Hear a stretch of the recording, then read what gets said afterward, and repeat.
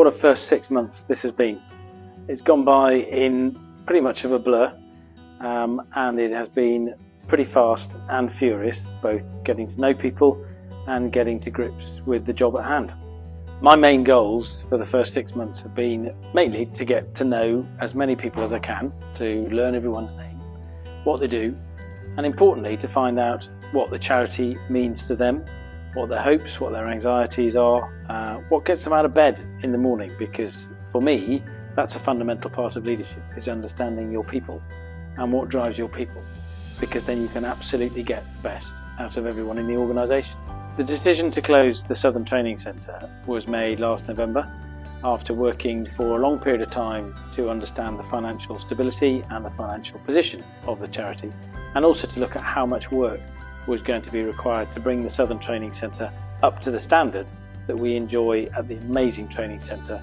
The Southern Training Centre is closing in preference to the Midlands Training Centre, because the Midlands Training Centre has been purpose-built. Some of it is only a few years old.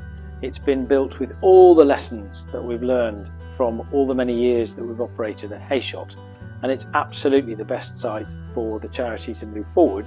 The timeline for closing the Southern Training Centre is moving along really well. It'll stop being a site of access for staff from the 8th of June. We've transferred all our operations and fundraising and admin up here to Fields Farm already. The project to safely, respectfully, sensitively and responsibly close Hayshot has gone brilliantly.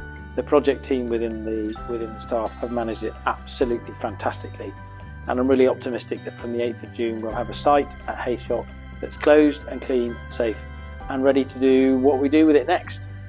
So does this mean that the charity is not operating in the south at all? Absolutely not. We have had the most fantastic history down in the south. Hayshot and the Southern Training Centre has become a real emotional centre of gravity for the charity. We've developed and grown a fantastic bunch of volunteers who've supported the charity and donors who've supported the charity down there. And I want us to recreate that all across the country, as well as keeping that wonderful band of volunteers and that sense of community and support to Canine Partners in the south as well, today and going forward. So what does this mean for Canine Partners? Well, it's a really exciting time. Yes, it's sad to have closed Hayshot, but it is also an opportunity to look at how we take the charity forward, no longer trying to divide our loyalties between two sites, the Midlands and the South, but focusing purely on creating a hub of real power and energy and vibrancy and a single identity out of our Midlands Training Centre, as well as being able to look at how we develop and support our puppies and our dogs and our partnerships in different ways all around the country in a really mobile and flexible and agile way. The wonderful skill of Canine Partners is not in bricks and mortar, but it's in our amazing staff, our puppy development coordinators, our advanced training and our aftercare training instructors. And I want them to be delivering their amazing ability all around the country. So will we be creating new partnerships? Absolutely. We've got to regain the ground that we've lost through COVID, through all the factors that really hit us hard as a result of lockdowns and stopping breeding and stopping the development of puppies in communities. We've got to recover that lost ground. We've got to look at new ways of doing things out of our Midlands Training Centre. We've got to recruit new advanced trainers, and then we will not only be creating the partnerships we are now, we will be creating more. So what about those living with a disability who are on our waiting list?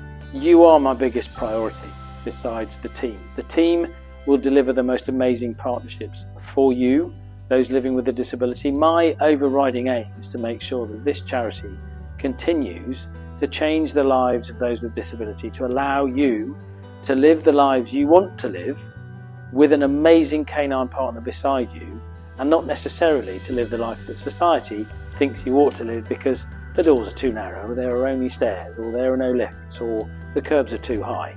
I want us to be able to create the most amazing partnerships, to give disabled people the most amazing partners that they can walk alongside and they can have alongside them to have the most fulfilling life possible. So what about my visions and aspirations for the charity going forward? Well, it's simple. to grow. We need to recover the ground that we lost during COVID. We need to rebuild a fantastic team at the Midlands Training Centre in the same way that we had a fantastic community and team at the Southern Training Centre in Hayshot, and then to grow that around the country, to develop more satellites, to do more of what we do today and do it more and better well into the future.